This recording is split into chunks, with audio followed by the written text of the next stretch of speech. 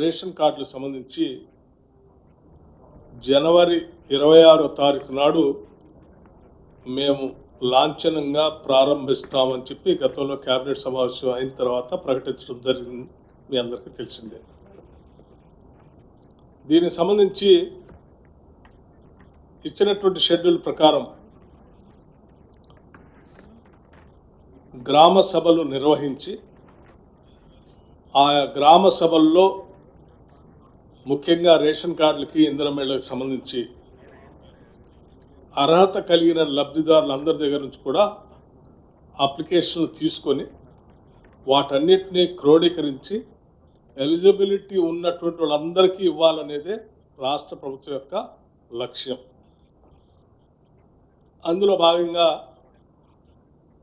మీకు రాష్ట్ర ప్రజలందరికీ కూడా తెలుసు, గ్రామ సభలు నిర్వహిస్తూ ఉన్నాం.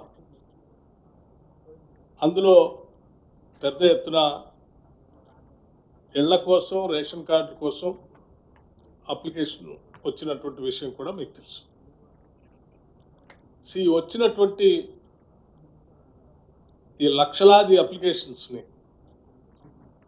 క్రోడీకరించి వాటన్నిటినీ పూర్తి చేసే క్రమంలో రాష్ట్ర ప్రభుత్వం ముందుకు పోతా ఉంది.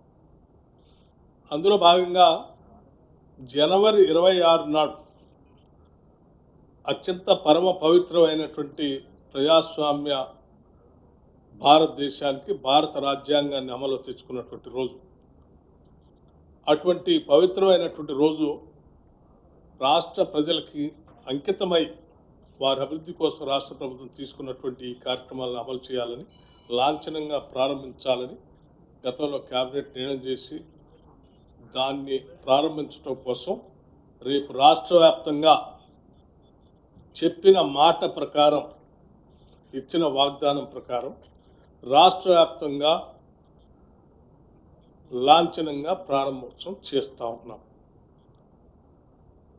రాష్ట్రంలో ఉన్నటువంటి అన్ని మండలాల్లో మండలానికి ఒక గ్రామాన్ని యూనిట్గా తీసుకొని ఆ గ్రామంలో పూర్తిగా శాచురేషన్ పద్ధతిలో ఈ 4 పథకాలని రేపు పూర్తి చేయబోతా ఉన్నాం. ఈ చేసే కార్యక్రమం రేపు మొదలుపెట్టి వచ్చినటువంటి అప్లికేషన్లు అన్నింటినీ కూడా క్రోడీకరించి ఎలిజిబిలిటీ ఉన్నటువంటి వాళ్ళ అప్లికేషన్స్ అన్నీ కూడా ఎంట్రీ చేసుకొని, ఎంట్రీ అయిన తర్వాత ఎలిజిబిలిటీ వాళ్ళ క్రైటీరియా అంతా కూడా చూసుకొని అర్హత కలిగిన ప్రతి చివరి వ్యక్తి వరకు ఇవ్వాలనేటువంటి ఆలోచనతోనే మేము ఈ కార్యక్రమాన్ని రేపు మొదలుపెట్టి కంటిన్యూస్గా చేసుకుంటూ పోబోతా ఉన్నాం. ఈ ప్రక్రియ మొత్తం మార్చి కల్లా పూర్తి చేయబోతా ఉన్నాం. ఈ ప్రక్రియ ఇందులో చాలామంది గ్రామ సభల్లో మా పేర్లు మిస్ అయినాయి, మా పేర్లు రాలేదు అని కొత్తగా అప్లికేషన్ పెట్టుకున్నటువంటి వాళ్ళ సంఖ్య లక్షల్లో ఉండటం వల్ల కొంత ఆ ప్రక్రియని సంపూర్ణంగా పూర్తి చేయడం కోసం మార్చి వరకు తీసుకుంటున్నాం. రాష్ట్ర ప్రజలందరికీ చెప్పేది ఏంటంటే, ఈ ప్రక్రియలో ఏ ఒక్కళ్ళు కూడా మిగిలిపోరు.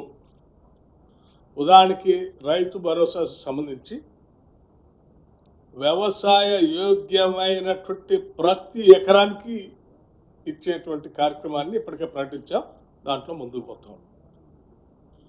అట్లాగే ఇందిరమ్మ ఆత్మీయ భరోసాకు సంబంధించి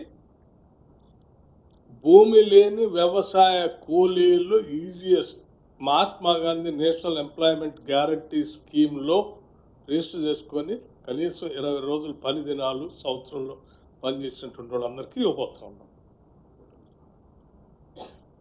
ఇది ఒక పెద్ద ఉదాత్తమైనటువంటి కార్యక్రమం.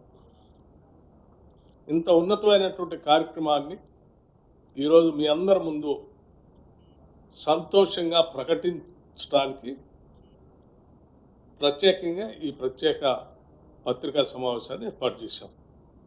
ఈ ఆనందాన్ని రాష్ట్ర ప్రజలందరితో కూడా పంచుకోవాలని, ఇందిరమ్మ రాజ్యంగా సంక్షేమ రాజ్యంగా ప్రజాప్రభుత్వంగా మేమంతా భావించి ముందుకు పోతా ఉన్నాం. దయచేసి దీన్ని విరివిగా పెద్ద ఎత్తున రాష్ట్ర ప్రజలందరికీ చేరే విధంగా మీరు ప్రచురించవలసిందిగా, ప్రజలకు చూపించవలసిందిగా విజ్ఞప్తి చేస్తా ఉన్నాం.